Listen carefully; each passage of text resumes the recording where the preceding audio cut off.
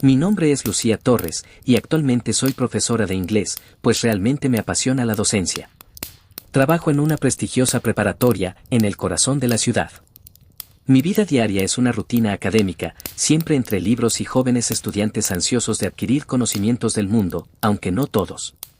Pero a pesar de la normalidad de mi vida, existen ciertas experiencias que he tenido, que perturban mi mente de vez en cuando.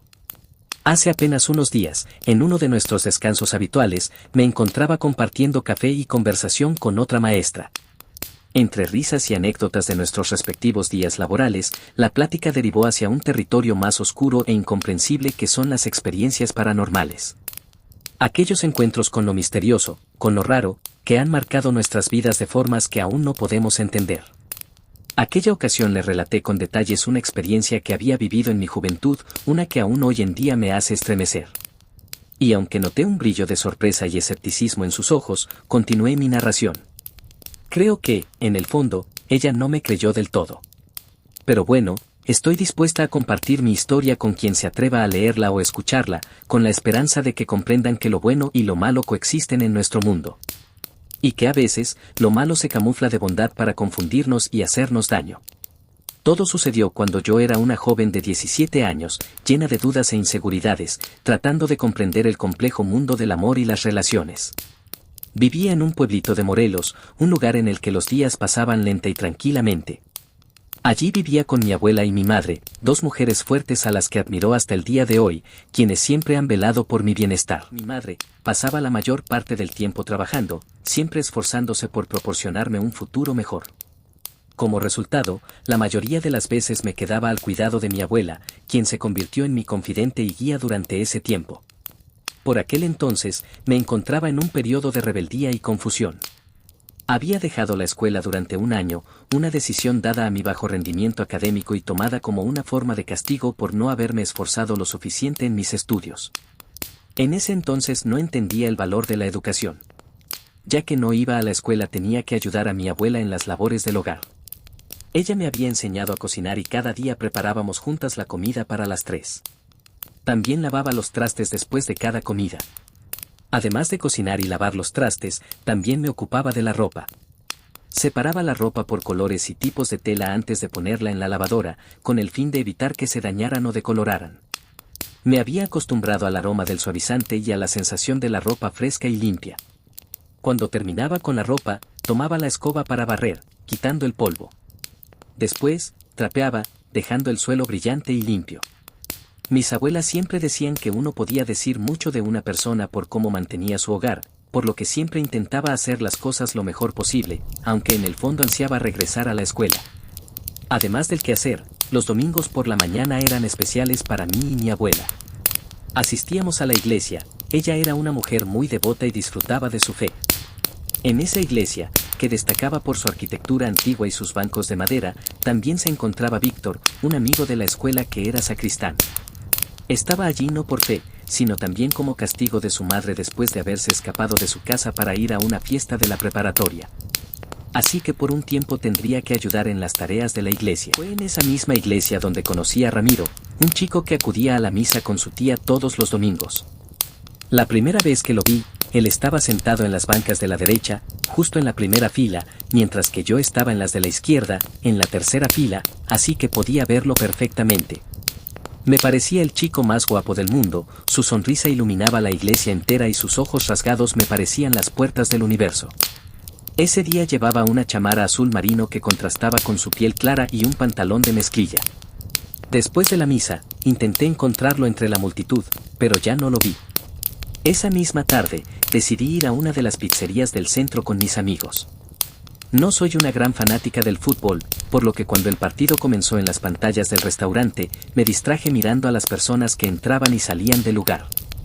Fue entonces cuando lo vi. Era el chico de la iglesia y acababa de llegar con un par de amigos. Mi corazón latió con fuerza al verlo entrar. Ramiro se dirigió hacia la mesa de enfrente, que casualmente daba hacia la televisión donde se transmitía el partido. Él y sus amigos parecían estar sumamente interesados en el juego, pero yo no podía quitar mis ojos de él. De vez en cuando, veía sus ojos desviarse del partido y mirar en mi dirección. Al principio pensé que estaba alucinando, pero mi amiga, que había notado mi interés, corroboró lo que estaba viendo. No podía evitar sonreír cada vez que nuestros ojos se encontraban y él correspondía a mis sonrisas con las suyas. Sentí una conexión inmediata con él, como si fuéramos dos piezas de un rompecabezas destinadas a encajar. Mis amigos querían irse después de un rato, pero les rogué que se quedaran un poco más. No quería perder la oportunidad de compartir aquel espacio con aquel chico. Uno de mis amigos me comentó que el chico no era del pueblo, que venía de Puebla y probablemente por eso no lo había visto antes. Luego de varios intercambios de miradas y sonrisas, una de las meseras del lugar se acercó a nuestra mesa con un licuado que yo no había pedido. Con una sonrisa, me dijo que la malteada era un regalo del chico de la mesa de enfrente. Aunque quise gritar de la emoción, simplemente le agradecí y le pedí que le diera las gracias a Ramiro por el licuado. Cuando finalmente tuvimos que irnos, levanté la vista para despedirme de él. Ramiro me miró, sonrió y levantó su mano en señal de despedida. Yo hice lo mismo, sintiendo un cosquilleo en el estómago ante la idea de verlo de nuevo. Aquel día, que empezó como cualquier otro, terminó siendo lo que yo creí que sería la historia de amor más bella, aunque no fue así. En fin, pasaron los días y me la pasaba pensando en él. Y en destino me sonrió cuando lo volví a ver de una semana, una vez que había ido por unas cosas en el centro y esa vez aprovechó la oportunidad para invitarme a salir y con todo el entusiasmo del mundo acepté. Fue un tranquilo domingo por la tarde cuando me encontré con él, el chico que había conocido en la iglesia y con quien había estado coqueteando en la pizzería. Decidimos dar un paseo casual, bajo el sol, refrescándonos con helado que compramos en el parque. Mientras comíamos nuestros helados, empezamos a platicar, dejando que la conversación fluyera naturalmente. Me dijo que se llamaba Ramiro y compartió conmigo que era originario de Puebla y que se había mudado al pueblo para vivir con su tía debido a algunos problemas familiares que habían tenido. Por alguna razón sentí que podía confiar en él. Por mi parte, le hablé de mi vida, mis rutinas y los sueños que ansiaba lograr algún día. Fue sorprendente cómo nuestras palabras y risas llenaron la tarde, haciendo que el tiempo se pasara volando. Después de terminar nuestros helados, decidimos explorar más allá y caminamos por una calle muy larga. Los adoquines bajo nuestros pies resplandecían con la luz del atardecer. Yo llevaba unos tacones altos, no fue la mejor idea para un paseo, pero aproveché para acercarme más a él. Así que le pedí que si podía tomarlo del brazo para mantener el equilibrio. Su brazo resultó ser el soporte perfecto, brindándome la estabilidad que necesitaba y me sentí muy feliz. Cada vez que hablaba, su voz me parecía perfecta. Tenía un tono cálido y reconfortante que me hacía sentirla más afortunada. Y cada vez que sonreía, mi corazón parecía dar saltos de alegría. Sé que suena a una historia de amor, pero no fue así, ese solo era el comienzo de una historia de terror absoluto. Pasaron 5 meses desde aquel domingo. Durante ese tiempo, Ramiro y yo continuamos viéndonos a diario, aunque a veces solo por unos minutos. Cada encuentro era como una pequeña chispa de felicidad en mi vida. Sin embargo, a pesar de nuestra cercanía, nunca me pidió que fuéramos novios oficialmente y una pequeña voz en mi interior me decía que tal vez nunca lo haría. Además, comenzó a cambiar. Empezó a pedirme dinero prestado, a pedirme que le comprara comida, y su trato hacia mí se volvió más frío y distante. Era como si se hubiera transformado en una persona completamente diferente a aquel chico encantador que conocí. A pesar de todo, no podía evitar sentir un fuerte apego hacia él. Mi abuela y mi madre se percataron del cambio de mi comportamiento y de que mi apetito había disminuido considerablemente y ya no mostraba interés en ayudar en las tareas del hogar. Mis amigos, viendo mi tristeza, me aconsejaban dejarlo, pero era algo que no podía hacer, lo quería demasiado. Estaba tan envuelta en mis sentimientos por Ramiro que cualquier sugerencia de romper con él era insoportable de escuchar. Después de 7 largos meses de estar con él, claro sin compromisos, Ramiro decidió poner fin a todo. Un día, sin previo aviso, simplemente me dijo que ya no podíamos estar juntos. Y con esas palabras, se alejó, como si el tiempo juntos no hubiera significado nada para él. Para mí, a mis 17 años y viviendo mi primer amor, sentí como si el mundo se fuera a acabar sin él. Sé que suena ridículo, pero a esa edad, cada experiencia se siente de una manera intensa. Sentía como si hubiera perdido una parte esencial de mí. Era un jueves cuando sucedió. Ese mismo día, busqué consuelo en el lugar donde lo conocí, la iglesia. A esas horas, y entre semana, la iglesia estaba prácticamente vacía. Allí, bajo la gran cruz y los vitrales coloridos, me desmoroné y lloré, pidiéndole a Dios que me ayudara, que hiciera que Ramiro volviera a estar conmigo. Mientras lloraba, sentí una mano tocar mi hombro. Al voltearme, vi que era Víctor, mi amigo sacristán, mirándome con preocupación. Al ver mi estado, me preguntó qué estaba pasando. Mientras lloraba, le conté todo, mi relación con Ramiro, cómo había cambiado y cómo había terminado todo. Víctor escuchó en silencio, sus ojos reflejaban empatía. Cuando terminé, me dijo que no valía la pena sufrir tanto por alguien como Ramiro.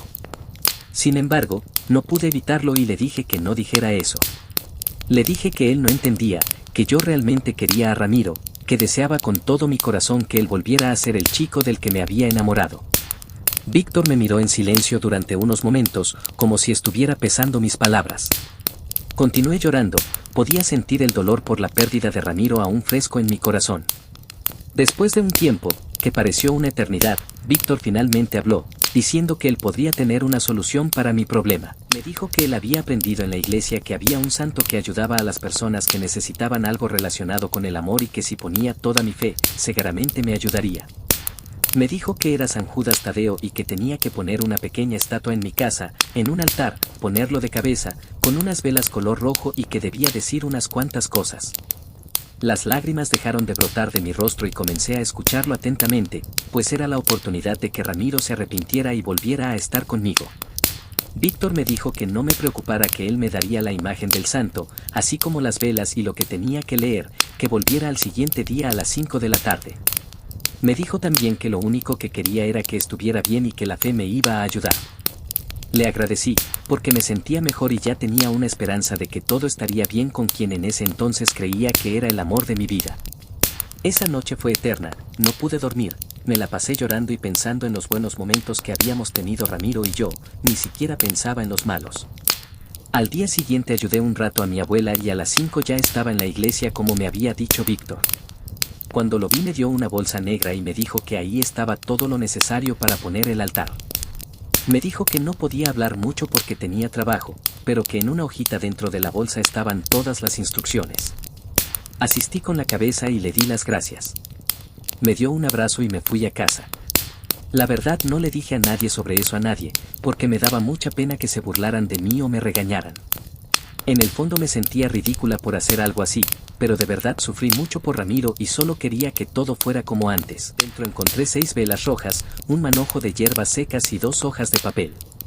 Una de las hojas contenía una serie de oraciones que debía recitar, unas estaban en español y otras eran letras que no tenían ningún sentido y la otra las instrucciones detalladas.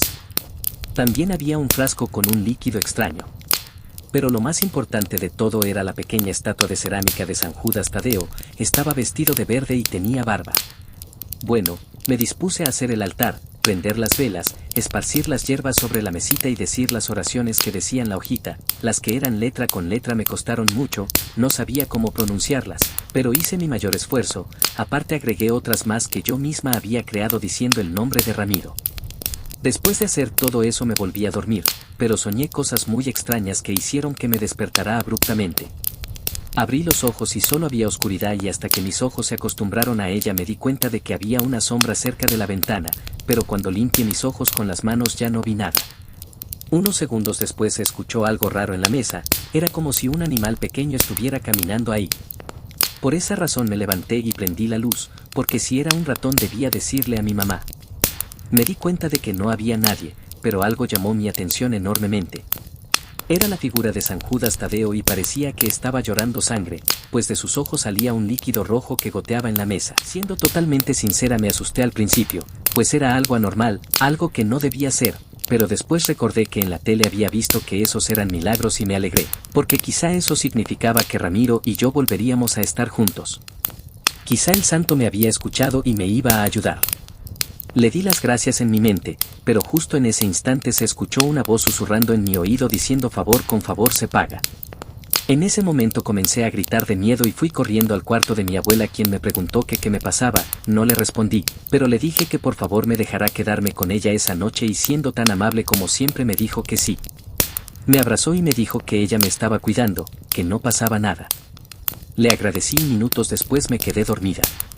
Al día siguiente desperté más tranquila y cuando me dispuse a ir a mi cuarto y tirar todo lo del altar del santo, porque ya me había dado miedo, alguien tocó la puerta y cuando abrí vi que era Ramiro. No podía creerlo, era él. Me abrazó y me dijo que lo sentía, que se había dado cuenta que de verdad me quería y que quería hacer las cosas bien. Me quedé en shock. Estaba muy feliz, el santo me había ayudado. De verdad era un milagro. Ese mismo día nos hicimos novios oficialmente y yo estaba muy contenta. Pasamos el día juntos, vimos películas y reímos como antes.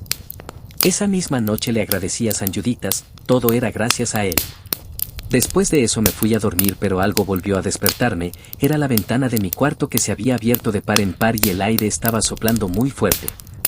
Me asombré pues no era algo habitual y de repente el viento tiró todas las cosas del altar del santo. Me levanté y prendí la luz de nuevo.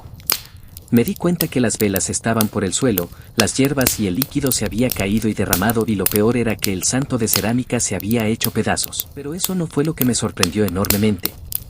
Había algo en el suelo que no tenía sentido. Alrededor de los pedazos de cerámica había una pequeña figura negra en el piso.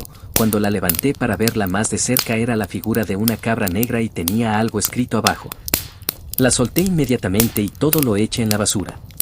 No pude dormir toda la noche, porque escuchaba cosas extrañas en el cuarto, había susurros diciendo que tenía que pagar el favor y que no me escaparía. Me la pasé en vela totalmente en shock, muerta de miedo. Ni siquiera tuve el valor de ir con mi madre o mi abuela, simplemente estaba en una esquina de la cama hecha bolita del miedo. Hasta que amaneció y fui corriendo a ver a Víctor. Le grité que qué era todo eso y primero me dijo que no sabía de qué estaba hablando, pero le dije que no se hiciera tonto, que qué era esa cabra y que porque escuchaba cosas raras por la noche. Él cedió finalmente y me dijo que lo sentía, pero que debía ofrecer algo a cambio de un favor que le había hecho el diablo. En ese momento le di una cachetada y le dije que por qué me había hecho eso y me dijo que era porque había visto la oportunidad perfecta. Aparte el diablo de verdad me había ayudado y ahora tenía que conseguir algún sacrificio para saldar la deuda. Lloré y lo odié con toda mi alma. Le había estado rezando al diablo, a algo malo, no a alguien bueno. No tuve otra opción más que decirles a mi madre y a mi abuela. Ellas se asustaron mucho por su religión y me llevaron a la iglesia, hablaron con el padre y le contaron lo que había sucedido y el padre corrió a Víctor de la iglesia y después de eso jamás volví a verlo, al parecer se fue del pueblo o quizá algo muy malo le pasó. El padre fue a mi casa y la bendijo al igual que a mí. Y funcionó, mi abuela me dijo que Dios siempre nos iba a ayudar sin importar qué.